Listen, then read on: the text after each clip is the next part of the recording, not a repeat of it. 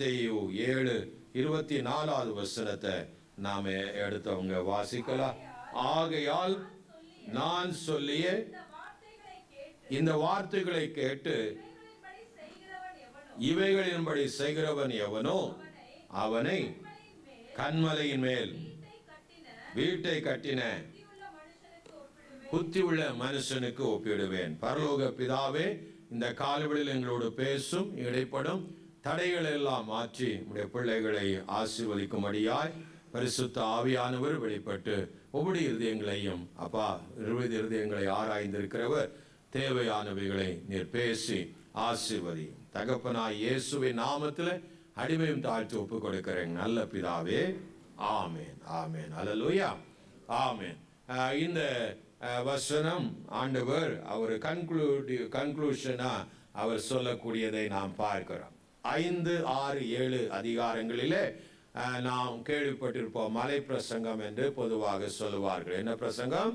மலை பிரசங்கம். அதாவது பரலோகத்தில் போகக்கூடிய தேவராட்சியத்தில் உட்படுத்தப்பட்ட ஒரு நபர் எப்படி இருப்பான், அவனுடைய மாரல் லைஃப் என்ன, மாரல் நம்ம படிப்பு எத்திக்ஸ், அறம், அப்படியெல்லாம் நிறைய வேர்டெல்லாம் படிச்சிருக்கோம் இல்லைங்களா. மாரல் லைஃப்னா அவனுடைய ஜீவிதம், உலகத்தில் அவன் எப்படி வாழ்வான், எப்படி இருப்பான் என்பதை, அவனுடைய கேரக்டர் எப்படி இருக்கும் என்பதை குறித்து ஆண்டவர் இந்த 3 அதிகாரங்களிலும் அவனுடைய வாழ்க்கை இப்படி இருந்தால் அவன் புத்தியுள்ளவனாய் இருப்பான் என்று ஆண்டவர் பேசுகிறார். நான் சொல்லிய இந்த 5ஆம் அதிகாரத்திலிருந்து நான் சொல்லிய இந்த வார்த்தைகளின்படி ஒருவன் செய்வானானால் அவன் தான் யாரு?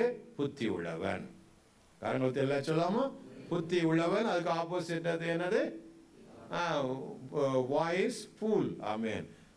புத்தி உள்ளவன் புத்தி இல்லாதவன். அப்போ புத்தி இல்லாதவன் எப்படி இருப்பான்னா, வசனம் தெரியும், கேட்டான், ஆனா அதன்படி என்ன செய்ய மாட்டான், நடக்க மாட்டான். அதன்படி அது என்னதுன்னு யோசிக்க மாட்டான்.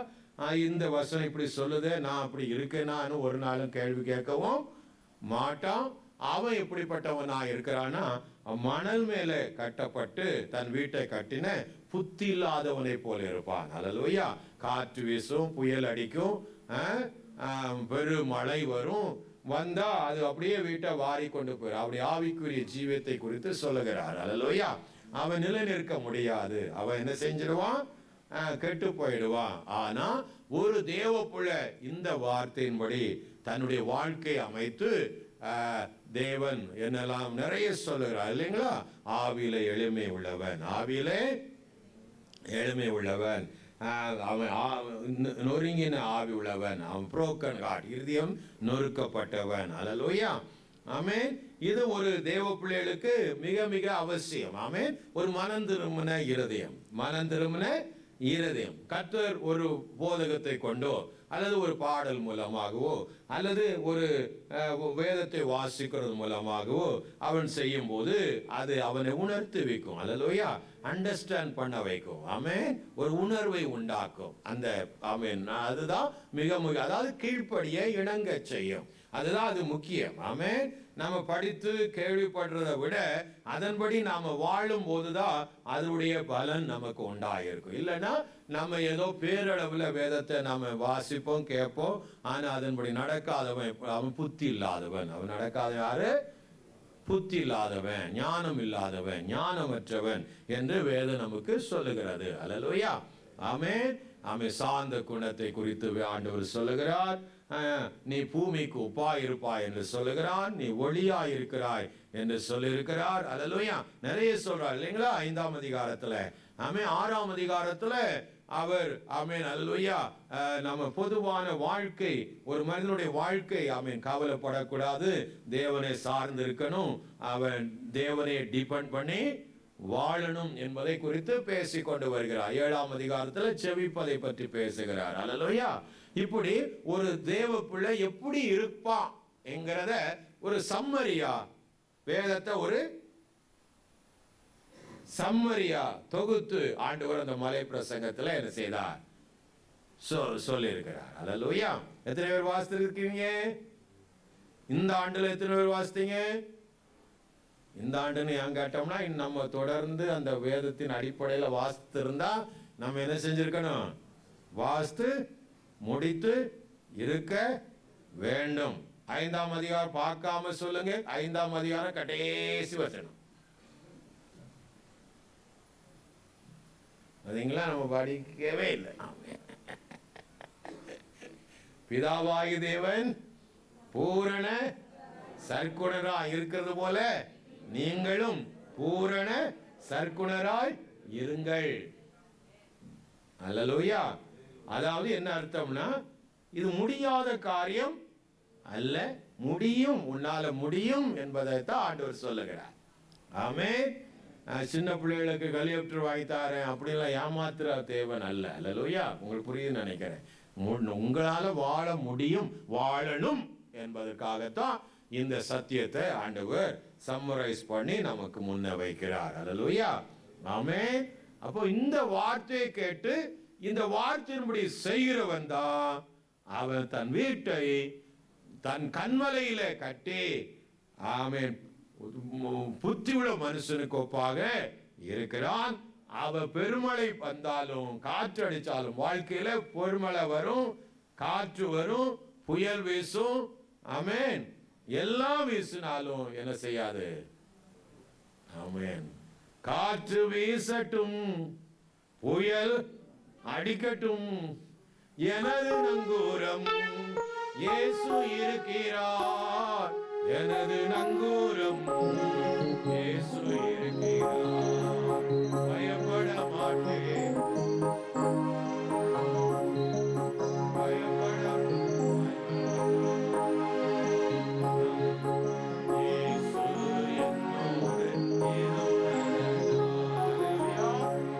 என்னோடு காற்றடிச்சாலும் புயல் அடிச்சாலும் இந்த நங்கூரம் இருக்கிறதுனால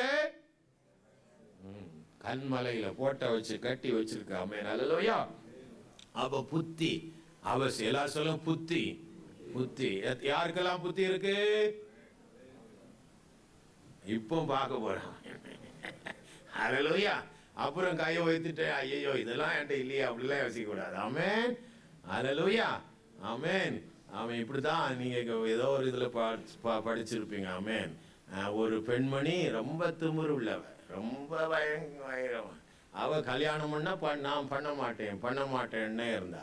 ஏன்? அவன் புருஷன் வந்தா புருஷனுக்கு கீழ்ப்படியணும், வேலையெல்லாம் செய்து கொடுக்கணும், நல்ல அப்படியெல்லாம் வாழணும். இல்லைன்னா இஷ்டம் போல என்ன செஞ்சிடலாம், ஆமா வாழ்ந்துடலாம் அப்படின்னு நினைச்சிட்டு கடைசியில் வேற வழி இல்லாம ஏதாவது ஒரு முட்டாள் மாதிரி இருப்பான் பாரு, அவனை போய் கல்யாணம் பண்ணணும் அப்படின்னா அவன் பேச அவன் பாட்டுக்கு இருந்துட்டு போறான், நம்ம பேச்ச கேட்பான்னு கல்யாணம் பண்ணிட்டு புதுமண பெண்கள் மாட்டு வண்டியில, அப்படி வில் வண்டி அந்த காலத்துல எல்லாம் இருக்கு இல்லையா, அதுல ஏறி வராங்க. இந்த அப்படி வர்ற வழியில, வீட்டுக்கு வர்ற வழியில கணவன் வீட்டுக்கு பெண்ணை அழைச்சிட்டு என்ன செய்யறான், அந்த முட்டாளு வாரான். அந்த கதைனாலே ஆண் இருக்கு, இவ்வளவுதான் முடிஞ்சு போச்சு. வரும்போது அந்த அவன் சீதனமா எல்லாம் கொடுத்துட்டு இருக்காங்களே, கோழி, ஆடு, உயிர் உள்ள கோழி, உயிர் உள்ள ஆடு, ஏன்னா பிடிச்சி இப்போல வந்திருக்கு, எல்லாம் கொண்டு வரும்போது திடீர்னு அந்த கோழி கொக்கரக்கோன்னு சத்து. இவன் பார்த்தான், ஒரு அருவாளை எடுத்துட்டு ஒரே தலையில ஒரே போடு கோழி. நீ நான் இருக்கும்போது நீ கொக்கரக்க கத்திரியாடான்னு ஒரே போடா. அடுத்தது கொஞ்ச நேரம் போச்சு, இந்த ஆடு வேற சும்மா இருக்காம எம்பான்னு வச்சுதா, இவன் கோபத்துல அதுலயும் ஒரு தலையில ஒரே போடு. நான் இருக்கும்போது எப்படி இருக்கணும், சத்த வாயை திறந்துடக்கூடாது. இந்த அம்மா பார்த்துச்சு, ஐயோ இதோட நம்ம வாழ்க்கை, இவன் நம்ம பேச்ச கேட்டு இருப்பான்னு நினைச்சா இவன் புத்திசாலியா இருக்கானே. அவன் அல்லேலூயா. அதனால இந்த உலகத்துல எப்படி இருக்கணும், புத்திசாலியா. அல்லேலூயா. ஆமென். அவன் வேதத்துல நாம் புத்தி உள்ளவளா இருக்கணும். ஆமென். அல்லேலூயா. ஆமென். புத்தி இல்லாம நிறைய பேர் நடந்தாங்க, புத்தியோடு கூட நடந்தவர்கள் உண்டு. ஆமென். ஒரு சிலரை பார்க்க போறோம். அல்லேலூயா. 1 சாமுவேல் 13ஆம் அதிகாரம் 13ஆம் வசனத்துல நாம வாசிக்கும் போது, ஆமென், சாமுவேல் சவுலை பார்த்து புத்தினமாய் செய்தீர். ஆமென். போது. ஆமென். சவுலை பார்த்து என்ன சொல்லுறா, சாமுவேல் புத்தினமாய் நடந்து கொண்டீர். ஆமென். அல்லேலூயா. ஆமா, ஏன் என்ன நடந்துச்சுன்னா 10ஆம் அதிகாரத்துல 1 முதல் 7 உள்ள வசனங்களை வாசித்தா அவனை ராஜரிகமா அவனை எண்ணெய் ஊற்றி அபிஷேகம் பண்ணி சவுலை அனுப்பி, எப்பா நீ போற வழியில என்னென்னலாம் நடக்கும். 6ஆம் வசனத்தை சொல்லும் போது, உன்னை ஆவியானவர் உன்னிடத்துல வருவார், ஆவியானவர் உன்னிடத்துல வருவார், அப்ப நீ புத்தியாய் நடந்து கொள்வே. அப்ப பேச வேண்டிய இடத்துல எப்படி பேசணும், யார்கிட்ட எப்படி பதில் சொல்லணும்ங்கிறதெல்லாம் நீ அந்த நேரத்துல உனக்கு ஆவியானவர் தரும்போது நீ பேசு அப்படின்னு சொல்லிட்டு 8ஆம் வசனத்துல ஒரு காரியத்தை சொல்லுறார் சாமுவேல். வாசிங்க. நீ எனக்கு முன்னே கில்காலுக்கு இறங்கி போய் சர்வாங்க தகன பலிகளையும் சமாதான பலிகளையும் செலுத்தும்படிக்கு நான் உன்னிடத்துல வரும் வரைக்கும் வந்து நீ செய்ய வேண்டியதை உனக்கு அறிவிக்கும் வரைக்கும் 7 நாள் என்ன செய்யணும், காத்திரு அப்படின்னு சொல்லிட்டு சாமுவேல் சொல்லி அனுப்புவார். கர்த்தருடைய வார்த்தையை தீர்க்க தரிசனமாய் சொல்லி அனுப்புகிறார். அல்லேலூயா. அப்போ 13ஆம் அதிகாரம் வருகிறது. இங்க 7 நாள் காத்திருக்கிறான். 7 நாள் முடியல. 7ஆவது நாள் வந்து அப்படியே வெயிட் பண்ணிட்டு இருக்கிறான். சாமுவேல் வர கொஞ்சம் லேட் ஆகி போச்சு. அப்ப இப்போ ஒரு ராஜா எல்லாம் ஆயிட்டாரா, அவ ஜனங்களை பார்த்து சர்வாங்க தகன பலி எல்லாத்தையும் கொண்டு வா, நாமளே என்ன செஞ்சிருவோம், பலியை போட்டுருவோம் அப்படின்னு போட்டுட்டான். ஆமென். செய்யக்கூடாததை என்ன செய்தான், செய்துட்டு. ஆசாரியன் ஒருவனே செய்யக்கூடியதை இவன் செய்தபடினாலே அவனுக்கு அங்க சாபம் வந்துச்சு. ஆமென். புத்தியில அதுதான் சாமுவேல் சொன்னா, புத்தீனமாய் நீர் செய்தீர். அநேகர் இன்னைக்கு புத்தீனமாய் தங்க வாழ்க்கையில செய்கிறாங்க. காரணம் என்னன்னா, ஏன் சவுல் அப்படி செய்தானா, வேதத்தை அறியலை, வேதத்தை அறியல. உபாகமத்தின் புத்தகத்துல ஆண்டவர் சொல்லிக் கொடுத்தார். ஆமென் ஆமென். 17ஆவது அதிகாரம் 20ஆவது வசனத்துல சொல்லி, ராஜா எப்படி இருக்கணும், அவன் ஆசாரியரிடத்தில் இருக்கிற நியாயப்பிரமாண நூலில் எடுத்து தனக்காக ஒரு பிரதியை உண்டாக்கி தன்னிடத்தில் வைத்துக் கொண்டு தன்னுடைய ஜீவனுள்ள நாளெல்லாம் அதை வாசிக்க கடவன். என்ன ராஜா என்ன செய்யணும், ஆசாரியன் கையில் இருக்கிற நியாயப்பிரமாண புஸ்தகத்துல ஒரு காப்பி நகலை எடுத்து அவன் தனக்கு என்று வைத்துக் கொள்ள வேண்டும். அல்லேலூயா. அதை அவன் என்ன செய்யணும், ஒவ்வொரு நாள்தோறும் ஒவ்வொரு நாள் என்ன செய்யணும், வாசிக்கணும். தான் செய்யக்கூடியது என்ன, செய்யக்கூடாதது என்ன என்பதை நியாயப்பிரமாண புஸ்தகத்திலிருந்து அவன் வாசித்து தெரிந்திருக்கணும். ஐயா வேத புத்தகத்தை நூலை நகலை எடுத்தாரோ தெரியாது, ஆமென், வாசித்தாரோ தெரியாது. ஆனா பிரச்சனை வந்துடுச்சு. அல்லேலூயா. புத்தீனமாய். அப்போ தேவனுடைய வார்த்தை இல்லாத இடத்துல புத்தீனம் இருக்கும். ஆமென் ஆமென். நம்ம இடத்துல ஒரு நகலை தேவன் தந்திருக்கிறார். எல்லாத்தையும் வேத புத்தகத்தை அப்படி தூக்கி காமிங்க. நாம ஒரு நகலை எடுத்து என்ன செஞ்சிருக்கிறோம், வச்சு வைத்திருக்கிறோம். அல்லேலூயா. அது நிறைய பேர் ரெஃபரன்ஸ் புக் வச்சிருப்பாங்க, நிறைய பேர் ஆங்கில புத்தகம் வச்சிருப்பான். ஆமென். நிறைய மொழிபெயர்ப்பு வச்சிருப்போம். ஆமென். அல்லேலூயா. இன்னும் புரிஞ்சு கொள்றதுக்காக. ஆமென். ஆனா நம்ம வாசிக்க நேரம் இல்லை. நகல் எல்லாட்டையும் இருக்கு. ஆமென். அதுக்கு சாட்டு போட்டும் நம்ம கையில என்ன செய்யிருக்கிறோம், வச்சிருக்கிறோம். அல்லேலூயா. ஆனா வருஷந்தோறும் சொல்லுவோம், என்னது, இதை பாடி இதை பாடி. ஒரு வருஷம் நீ படிச்சிரு, உன் வாழ்க்கை ஆசீர்வாதமா இருக்குமா இல்லையான்னு பாரு. அல்லேலூயா. அப்படின்னு சொல்றோம். அல்லேலூயா. ஒரு வருஷத்துல ரிஃப்ரெஷ் பண்ணிடு வேதத்தை மறுபடியும் அப்படின்னு சொல்லி பார்க்கிறோம். ஆனாலும் நமக்கு என்ன இல்லை, நேரம் இல்லை. அதனால நம்முடைய வாழ்க்கை என்ன இல்லை, புத்தி இல்லை, ஞானம் இல்லை.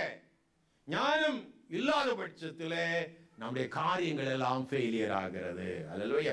ஞானம் உங்களுக்கு தெரியும் இல்லையா, என்ன என்ன செய்யும்னு. அல்லேலூயா.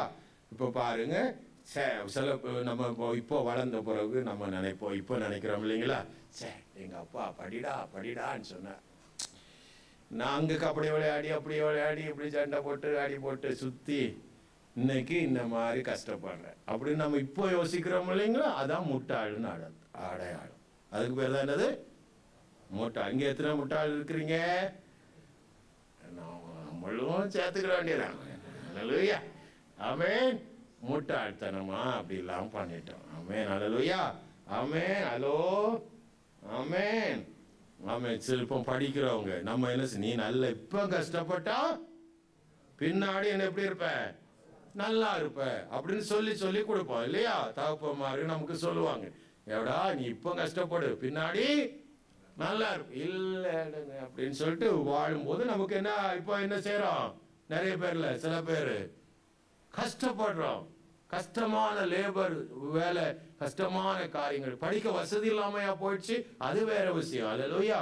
ஆனா வசதி இருந்துச்சு, ஆனா என்ன செய்யல? அதுதான் முட்டாள்தனம். வச்சேன் அப்படி இருந்தா. சில பேர் சொன்னா முன்பு ஆவிக்குரிய ஜீவிதத்தில் எப்படி இருந்தேன் தெரியுமா?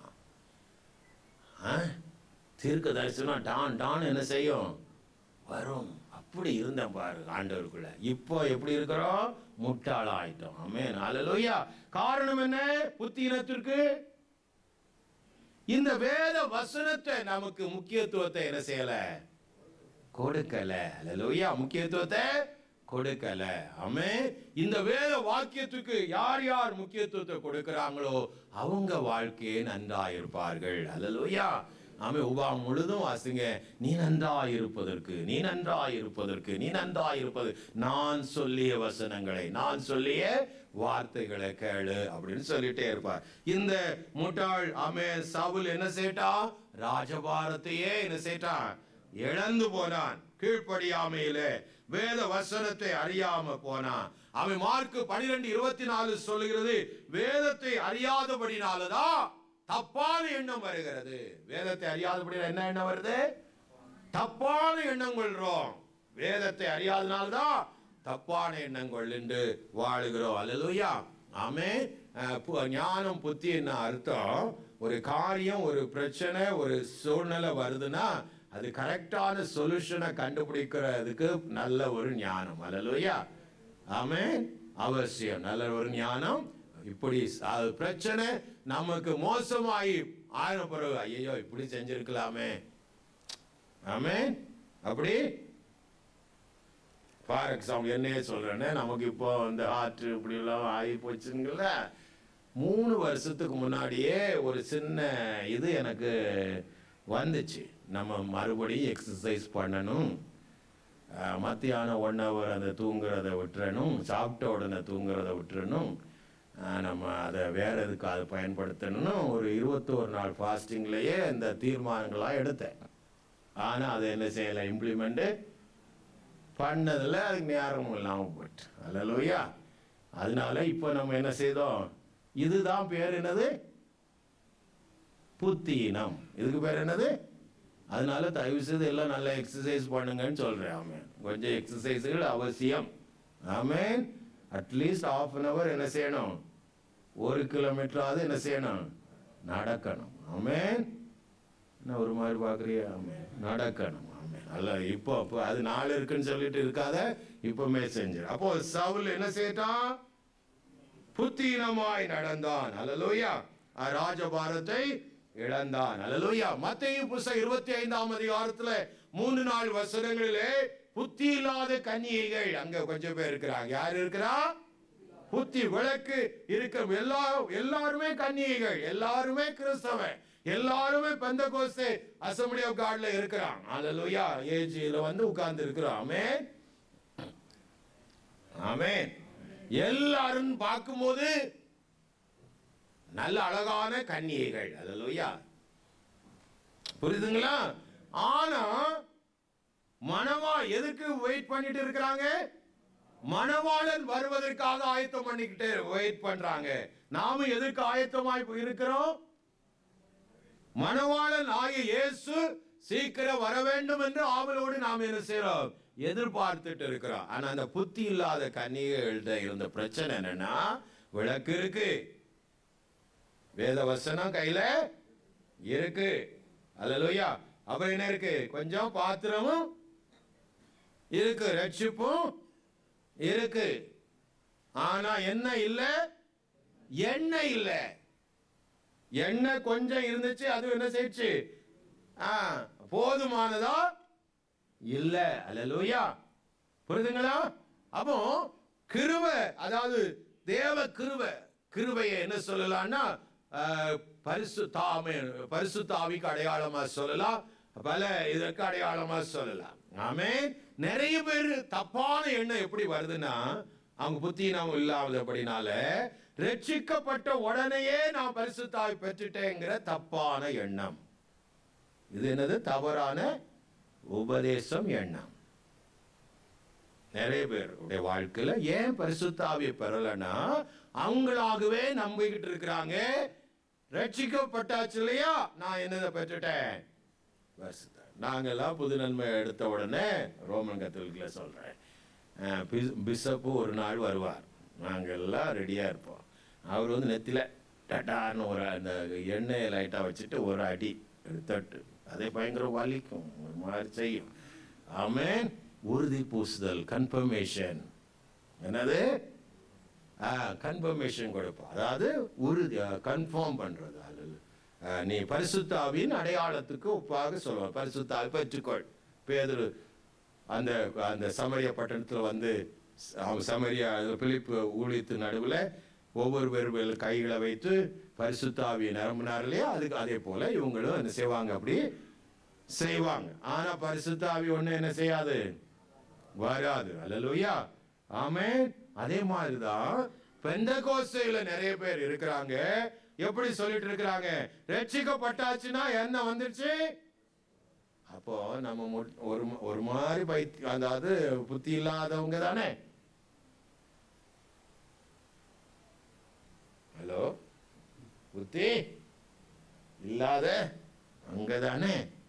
ஏன்னா ஆண்டவர் சொல்லியிருக்கிறார், அப்போஸ்தலர் 1:5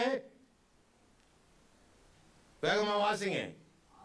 ஆகையால் எருசலேம் விட்டு போகாம என்னிடத்தில் கேள்விப்பட்டதை பிதாவின் வாக்குத்தத்தம் நிறைவேற காத்திருங்கள். அப்போ ஒரு அங்க 120 பேரும் ரட்சிக்கப்படாதவர்களா?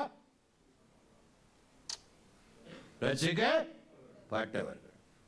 ஆமென். லூக்கா 24:49 யாருக்கு சொல்றார்? சீசர்கள் பேசுகிறார். பிதா வாக்குத்தத்தம் பண்ணினதை இதோ நான் உங்களுக்கு அனுப்புகிறேன், நீங்களோ உன்னதத்திலிருந்து வரும் பலனால் தரிப்பிக்கப்படும் வரைக்கும் எருசலேம்ல என்ன செய்யணும்? காத்திருக்கணும்.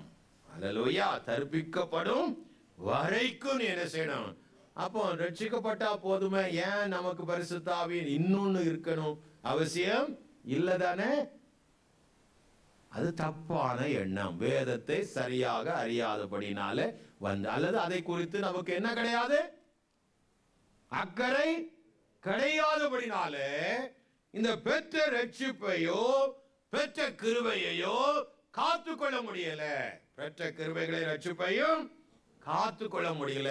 தேவனாகிய கர்த்தராலே நாம் ஆயத்தப்பட முடியும் மணவாளன் வருவதற்கு. 2 கொரிந்தியர் 5:5 வாசிங்க. 2 கொரிந்தியர் 5:5 கர்த்தராகிய இயேசு கிறிஸ்துவின் நாளிலே ரட்சிக்கப்படும்படி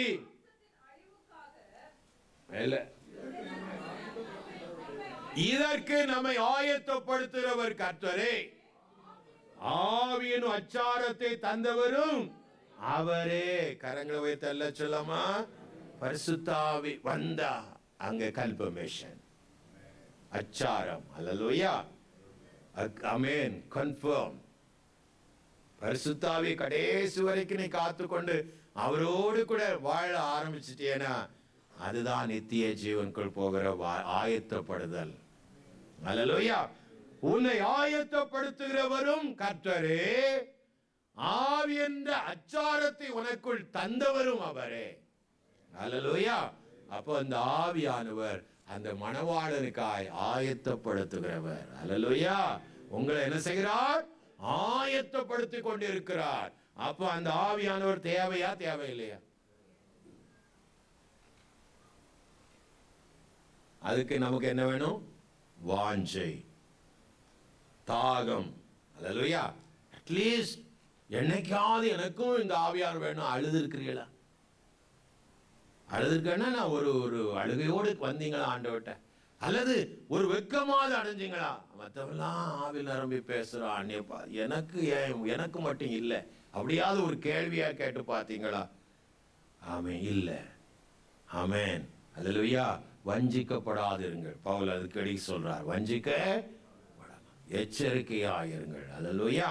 அப்ப இந்த புத்தி இல்லாத கன்னிகைகள் மணவாளன் வருவார் என்று தெரியும், அதுக்காகத்தான் விளக்கோடு வந்திருக்கிறோம், அதுக்காகத்தான் சபைக்கு வந்து ஆராதிக்கிறோம், தேவனை மயப்படுத்துகிறோம், அதுக்காகவே வாழுகிறோம். ஆனா என்ன இல்லை?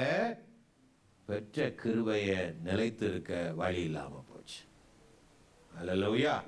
அவன் பெற்ற கிருபைய, ரட்சிப்பு பெரியது, அதை காத்து கொள்ளக்கூடிய வழிமுறைகள், ஆவியானுடைய ஆலோசனைகள், அவர் நடத்துகிற நடத்துப்புக்கு நம்ம ஒப்பு கொடுக்காம போகிறோம். இது புத்தி இல்லாமையே காண்பிக்கிறது. அல்லேலூயா.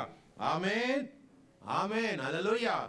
சரி, இன்னும் நிறைய காரியம் இருக்கிறது. ஆமென், அல்லேலூயா. புத்தி உள்ள ஆளை கொஞ்சம் கவனிப்போம். ஆமென். அவங்க எப்படி வாழ்ந்தாங்க? அவங்க எப்படி?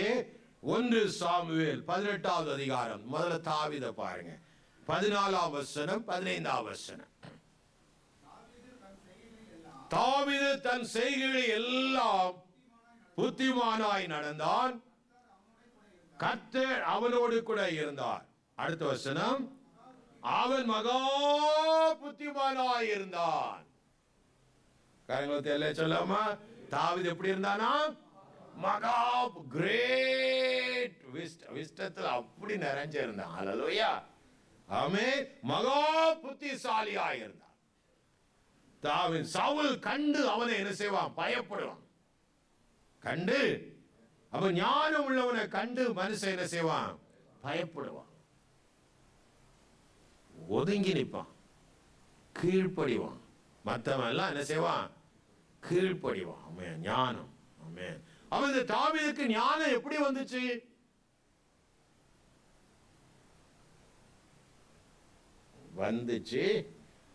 அது எப்படி வந்துச்சு? ஆமென். அவன் வாசிங்க 119ஆம் சங்கீதத்தில் அவன் சொல்லுகிறான், 97, 98, 99, 100 வரைக்கும் வாசிக்கும் போது,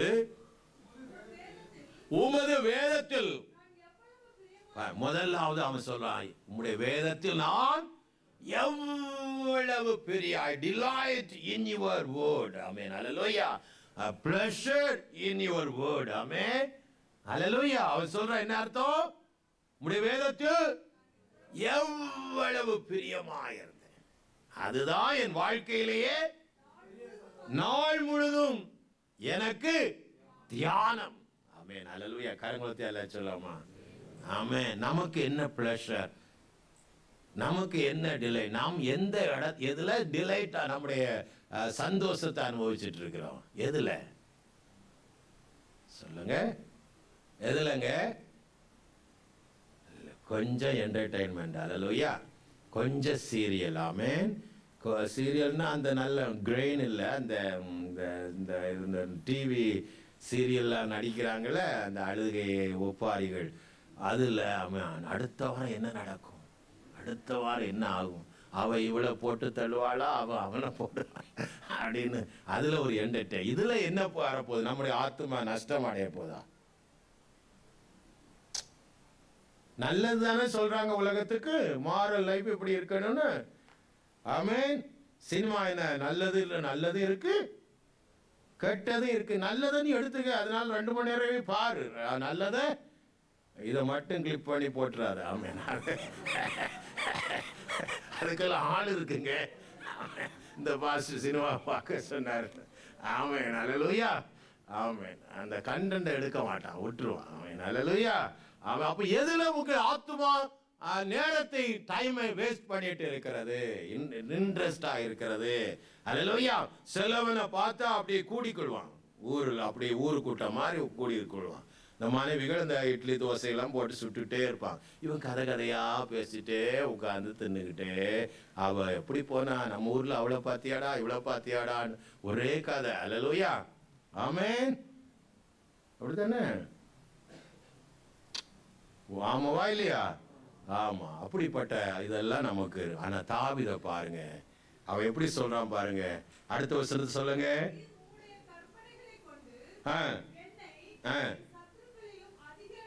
பாருங்க, உம்முடைய கற்பனையை கொண்டு எல்லா சத்துருக்களை பார்க்கலும் அதிக ஞானத்தை கொடுத்தீர். அல்லேலூயா. எல்லா சத்துருக்களை பார்க்க என்ன கொடுத்தாரா? ஞானத்தை கொடு. அடுத்த வசனம் சொல்றார், உம்முடைய சாட்சிகள் என்னுடைய தியானமா இருக்கிறபடியால் எனக்கு போதித்த எல்லா பாஸ்டர்களை விட அறிவுள்ளவனாய் இருக்கிறேன். அடுத்த வசனம் சொல்றார், உம்முடைய கட்டளைகளை கை கொண்டபடியால் முதியோரை பார்க்கல எப்படி இருக்கிறேன்? ஞானம் உள்ளவளா. எல்லாரை காட்டிலும் நான் ஞானம் உள்ளவனாய் இருக்கிறேன். கரங்குளத்தை எல்லாம் சொல்லாமா? அதான் அவன் சொன்னா 1 சங்கீத, இரவு பகலும் தியானிக்கிற மனுஷன். ஆனா பிரியமானவர்களே, நம்ம ஆசீர்வாதத்துக்காக கதறுகிறோம், அழுகிறோம். ஆனா வேதத்தை ஆண்டவர் வழியை சொல்லி கொடுக்கிறார். ஆனா நம்ம அதை என்ன செய்ய மாட்டோம்? கடைபிடிக்க மாட்டோம். ஒரு ஆண்டுல இந்த வேதத்தை உட்கார்ந்து வாசித்து பார். ஆமென். மொபைல் எல்லாத்தையும் டிலீட் பண்ணிரு, யூடியூப் டிலீட் பண்ணிரு. அதில் எதுக்கு போட்டு அதை பார்க்குற? ஆமென், டிலீட் பண்ணிடு. அல்லேலூயா.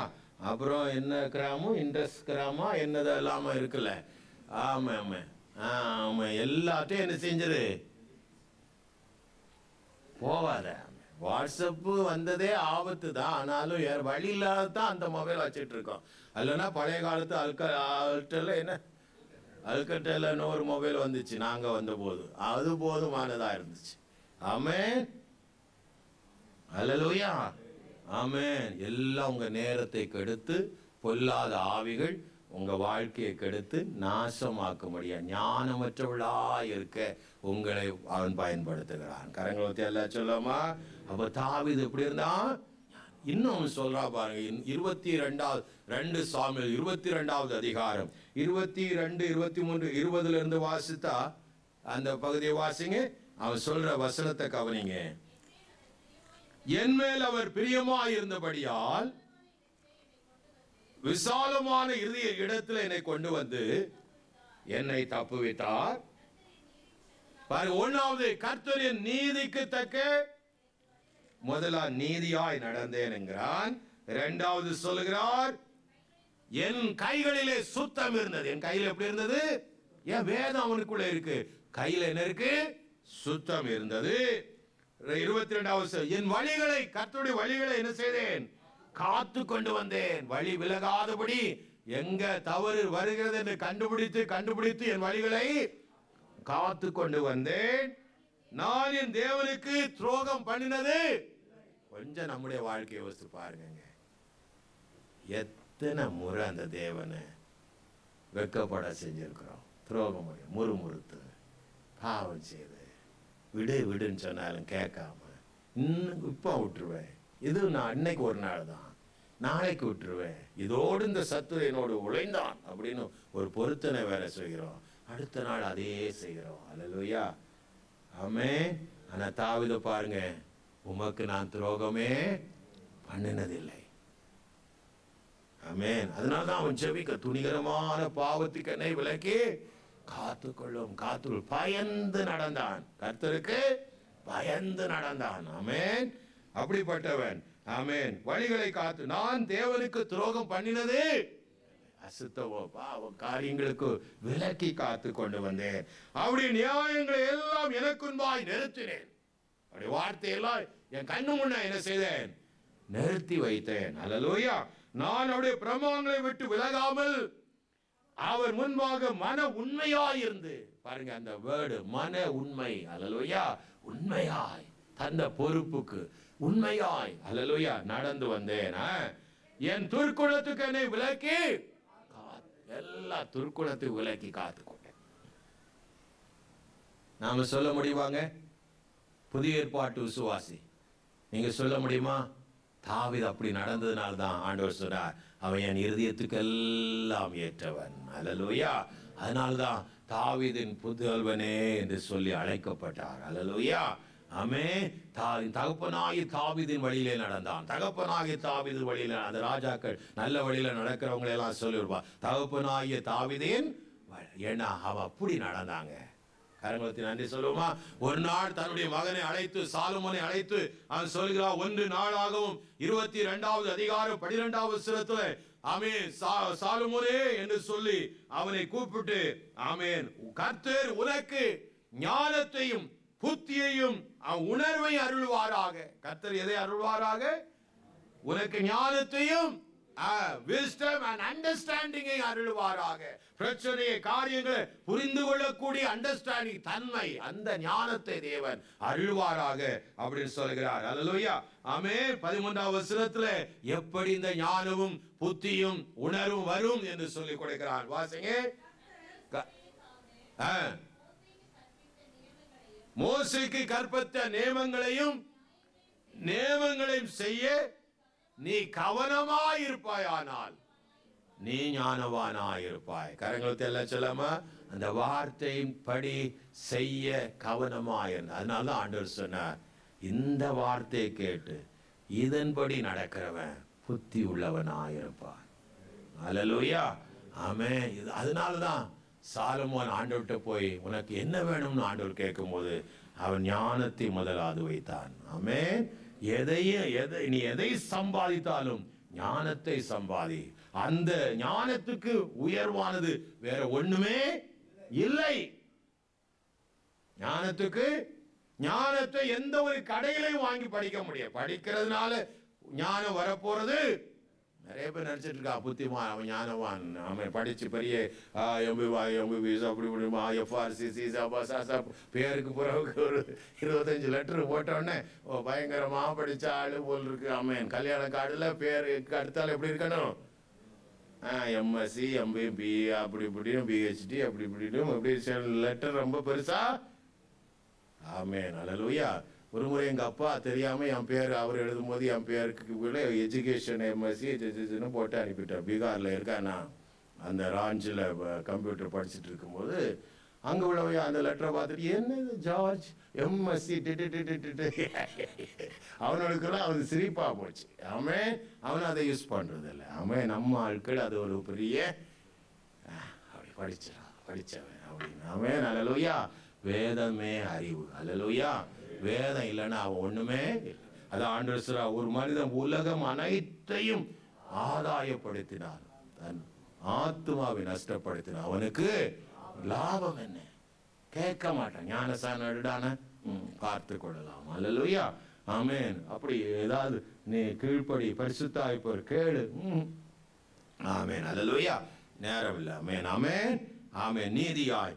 ஆமென். நிறைய புத்திசாலிகளை வேதத்துல பாருங்க. 2 சாமுவேல் 20:16 ஒரு புத்தி உள்ள ஸ்ரீ அவன் யோவாபு முன்பாக நின்று ஒரு பட்டணத்தை பாதுகாத்ததை பார்க்கிறோம். நீதிமொழி 14:1 புத்தி உள்ள ஸ்ரீ வீட்டை கட்டுகிறாள். ஆமென். அல்லேலூயா. 1 சாமுவேல் 25வது அதிகாரம் 3 முதல் உள்ள வசனம், அபிகாயில் ஒரு புத்தி உள்ள ஒரு ஸ்ரீ. அபிகாயில் எப்படிப்பட்டவள்? வந்த தண்டனை ஆபத்தை திருப்பி விட்டு சாமேன் தாவீதுக்கு அவனை புத்தியாய் அவளை ஆமென் அங்கே காக்கிறதை நாம் பார்க்கிறோம். அல்லேலூயா. ஆமென். இப்படி புத்திசாலிகளை வேதத்துல என்ன செய்ய முடியும்? அந்த 10 கன்னிகள் 5 பேர் எப்படிப்பட்டவளா இருந்தாங்க? புத்தினா ஒரு நாளிலே நமக்கு தெரியும், லூக்கா 16ஆம் அதிகாரத்துல ஒரு உக்கிரானக்காரனும் ஒருத்தர் இருந்தான். இந்த மேனேஜர் ஸ்டீவர்ட்னு சொல்லுவாங்க. அதாவது ஒரு எஜமானுக்கு அடுத்தபடியா அவன் எல்லாத்தையும் மேனேஜ் பண்றவன், அவன் தான் உக்கிரானக்காரன் சொல்லுவாங்க. ஆமென். நாம எல்லாம் யாரு? கர்த்தருடைய சமூகத்துல உக்கிரானக்காரர். ஆமென். அப்போ அவனை நீ சரியில்லை ஆளு, உன்னை நீக்கிற வேலையில இருந்தான்னு அவன் என்ன செய்தான்? நான் போய், நமக்கு தெரியும்ல 16 போய் கொஞ்சம் கடன் பட்டவன்லாம் வாங்கி அட்ஜஸ்ட் பண்ணி நீ 50 கொடு 100 கொடுன்னு சொல்லிட்டு மாத்துறான். அந்த எஜமான் அதை பார்த்துட்டு சொல்றான், செய்தான் என்று கண்டு அந்த எஜமானன் அவரை மெச்சிக்கொண்டார். அல்லேலூயா. ஒரு நாள்ல ஆண்டவர் உங்களை மெச்சிக்கொள்ளணும். இயேசு உங்களை நல்ல புத்தியாய் நடந்தார். அல்லேலூயா. ஒரு நாள் வரும், அப்போது ஆண்டவர் மத்தேயு 25ஆம் அதிகாரம் 44 வாசிக்கும். என் வலது பக்கத்தில் நிற்கிறவர்களை பார்த்து, வாருங்கள், என் பிதாவினால் ஆசீர்வதிக்கப்பட்டவர்களே, உங்களுக்காக ஏற்படுத்தப்பட்ட நித்திய ராஜ்யத்துக்குள்ளே. ஏன்னா நான் வஸ்திரம் இல்லாது இருந்தேன், நீ என்ன கொடுத்த? நான் வியாதியா இருந்தேன், என்னை பார்க்க வந்தேன். நான் சிறைச்சாலை இருந்தேன், என்னை காண வந்தீங்க. அல்லேலூயா. அப்படின்னு சொல்லும் போது அவங்களாம் கேட்கிறாங்க, எப்போ ஆண்டவரே நீங்க அப்படி இருந்தீங்க, நாங்க இதெல்லாம் செய்தோம் அப்படின்னு சொல்லும் போது ஆண்டவர் சொல்றார், இந்த சிறியரில் ஒருவனுக்கு நீ எதை செய்தாயோ அதுவே எனக்கே செய்துகிறார். அல்லேலூயா. அந்த புத்தி இல்லாதவங்க எல்லாம் பார்த்துட்டு, ஐயோ இப்படி முதலையே தெரிந்தா எப்படி வாழ்ந்திருப்போம். அல்லேலூயா. ஹலோ, எத்தனை பேர் நம்முடைய ரிசோர்ஸை புதைச்சி வச்சிருக்கோம் தெரியுங்களா? ஆமென். செல்ஃபிஷா வாழ்ந்து நம்முடைய ரிசோர்ஸ் எல்லாம் எப்படி வச்சிருக்கிறோம்? புதைத்து வைத்திருக்கிறோம். செலவு பண்ணாம அழியாம அடுத்த தலைமுறைக்கு வச்சிருக்கிறோம். அவன் எப்படி வாழ்ந்து இன்னும் அவனும் சேர்த்து வச்சு இன்னும் கொஞ்ச நாள்ல என்ன செய்ய போறான்? போக போறோம். அல்லேலூயா. ஆனாலும் போதாது, மனதுக்கு போதாது, இன்னும் இன்னும் என்று நாம நாடுகிறோம். அல்லேலூயா. ஆனா சுயநலமற்று தன்னையே வெறுத்து, ஆமென், கர்த்தருக்காய் வாழ்ந்து, அல்லேலூயா, வேதத்தின்படி நடக்கிற உத்தம மார்க்கத்தார் பாக்கியவான்கள். அல்லேலூயா. ஆமென். இவர்களை ஆண்டவர் மெச்சிக்கொள்வார். ஆண்டவர் என்ன செய்வார்? மெச்சிக்கொள்வார். ஆமென். அல்லேலூயா. அப்ப இந்த ஞானம் ஒரு மனிதனுடைய வாழ்க்கையில அவனுக்கு வருகிறது. ஒன்று ரோமர் 12:2 வாசிக்கிறோம். புத்தி உள்ள ஆராதனையினாலே அவனுடைய வாழ்க்கை பிதாவின் சித்தத்தை அறிகிற அறிவிலே நிரப்பப்படுகிறான். அல்லேலூயா. நேரம் இல்லாதபடினாலே 2 கொரிந்தியர் 10ஆவது அதிகாரம் 4:5 அந்த ஞானம் ஆமென் அவருடைய வாழ்க்கையில வருகிறதுனாலே ஆமென் ஆபத்திலிருந்து ஆமென் பொல்லாத ஆமென் சூழ்நிலைகளிலிருந்து வஞ்சிக்கிற காரியங்களிலிருந்து அவருடைய ஆவியை அவருடைய மனதை காத்துக்கொள்ள முடியும். அல்லேலூயா. இப்படி எல்லாம் சொல்ல. அப்போ ஒன்று புரிந்து கொள்ள, ஞானம் எப்படி வரும்? எங்க இருந்து வருகிறது? ஞானம் எங்கிருந்து வருகிறது? இந்த வேர்டு எங்க இருக்கா? யோவேல் 28ஆவது அதிகாரம் 12ஆவது வசனம் வாசிங்க. ஆனாலும் ஞானம் கண்டெடுக்கப்படுகிறது எங்கே? ஒரே கேள்வி. ஞானம் எங்கே கிடைக்கும்? எங்க கிடைக்கும்? இவ்வளவு நேரம் சொல்லிட்டு இயேசுவே ஞானம், இயேசுதான் வார்த்தை. எவ்வளவு வார்த்தையை உட்கொள்ற அவர் தான் இயேசு. அந்த இயேசு உனக்குள்ள வளர ஆரம்பிப்பார். அல்லேலூயா. அந்த ஞானமாகி இயேசு உனக்குள்ளே வளர ஆரம்பிப்பார். அல்லேலூயா. அப்ப எங்க கண்டுபிடிக்கலாம்? 13ஆவது வசனம், அதனுடைய விலை மனுஷனுக்கு தெரியும். 21ஆவது வசனம்,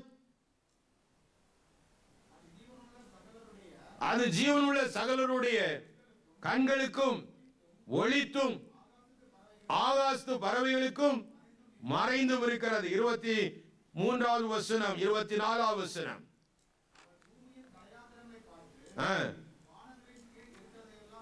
வானத்தின் கீழ் இருக்கிறதெல்லாம் காண்கிறார். 24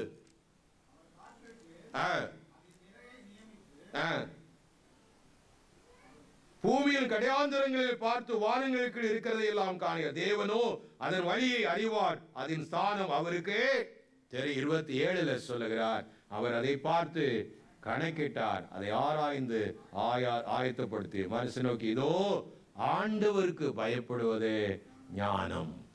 என்ன ஞானம்? கர்த்தருக்கு பயப்படுவதுதான் என்னது?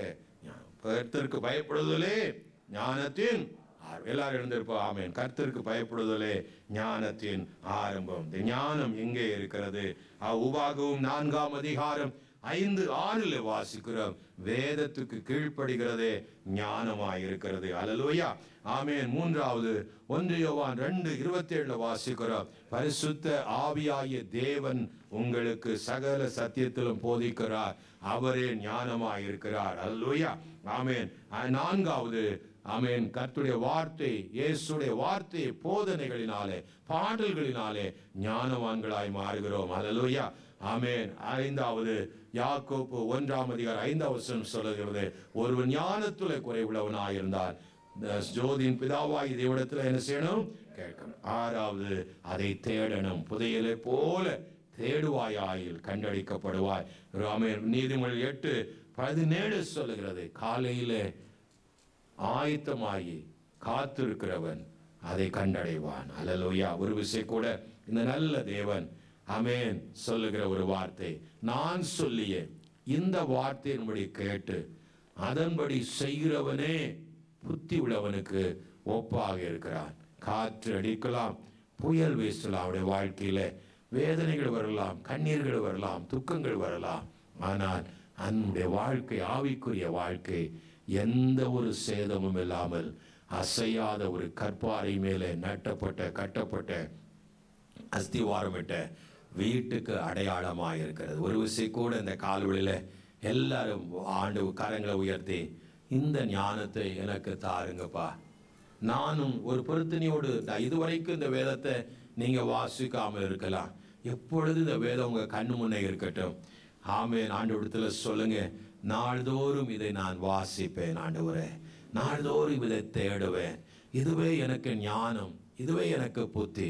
ஆண்டவர் யோசுவாவுக்கு சொன்னார், இந்த நியாயப்பிரமாண புஸ்தகத்தின் வார்த்தை உன் வாயை விட்டு விலகாது இருப்பதாக, பிரியாது இருப்பதாக, நீ போகிற இடமெல்லாம் வெற்றியாய் ஆசீர்வாதமாய் இருக்க வேண்டும் என்றார். ஒரே ஒரு வழி, இந்த சக்சஸ், ஆமென், உன் வாழ்க்கை வெற்றியாய் இருக்க இந்த நியாய பிரமாண புஸ்தகம் உன் வாயை விட்டு விலகாது இருப்பதாக. ஒரு விஷயம் கூட ஒப்பு கொடுங்க, இந்த ஆண்டுல நானும் ஒரு முறை இந்த வேதத்தை வாசிப்பேன் ஆண்டவரே.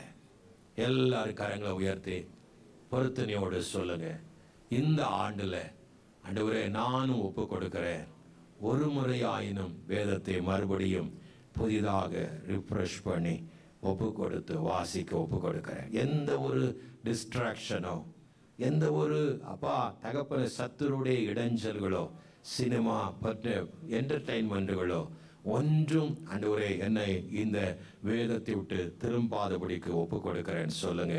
ஆமென். வேதம் வாசிக்கிற இடத்துல ஜெபம் இருக்கும், வேதம் வாசிக்கிற இடத்துல தேவனோடு உள்ள ஐக்கியம் இருக்கும், வேதம் வாசிக்கிற இடத்துல சுவிசேஷம் என்ற எக்காலம் உண்டாயிருக்கும், வேதம் வாசிக்கிற இடத்துல அல்லேலூயா, ஆமென், தேவனுடைய பரிபூர்ண நன்மை, ஆமென், பரிபூர்ண சித்தத்தை அறிகிற அறிவு உண்டாயிருக்கும். ஆமென். மனம் புதிதாக இருக்கும். ஆமென். நன்றியப்பா. நாம் செபிப்போம். பரலோகத்தின் நல்ல பிதாவே, இந்த கால்வழியிலும் நாங்கள் ஒப்பு கொடுத்ததுபடி நாங்களும் இந்த வேதத்தை நேசித்து அதை கேட்கிற வாசிக்கிறது போல இல்லாமல் அதன்படி செய்கிறவர்களாகவும் எங்களை மாற்றி ஆண்டவரே மிகுந்த பலனுக்கு ஏதுவான பங்கடையக்கூடிய ஸ்லாக்கியத்தை எங்களுக்கு தார். ஒரு சவுல் ராஜவாரம் இழந்தது போல நாங்கள் இழந்து போகாதபடிக்கு அந்த ராஜ மேன்மையை நாங்கள் காத்து கொள்ளக்கூடிய கிருபைகளை எங்களுக்கு தார்.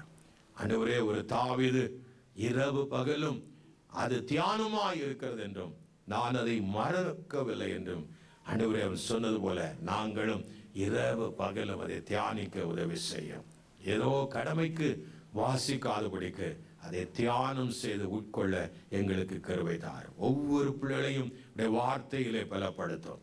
வார்த்தையினாலே ஐயா, வார்த்தை அனுப்பி சுகமாக்கிறீர் என்றும் வார்த்தை அனுப்பி விடுதலை ஆக்கிறீர் என்று நாங்கள் வாசிக்கிறோம்.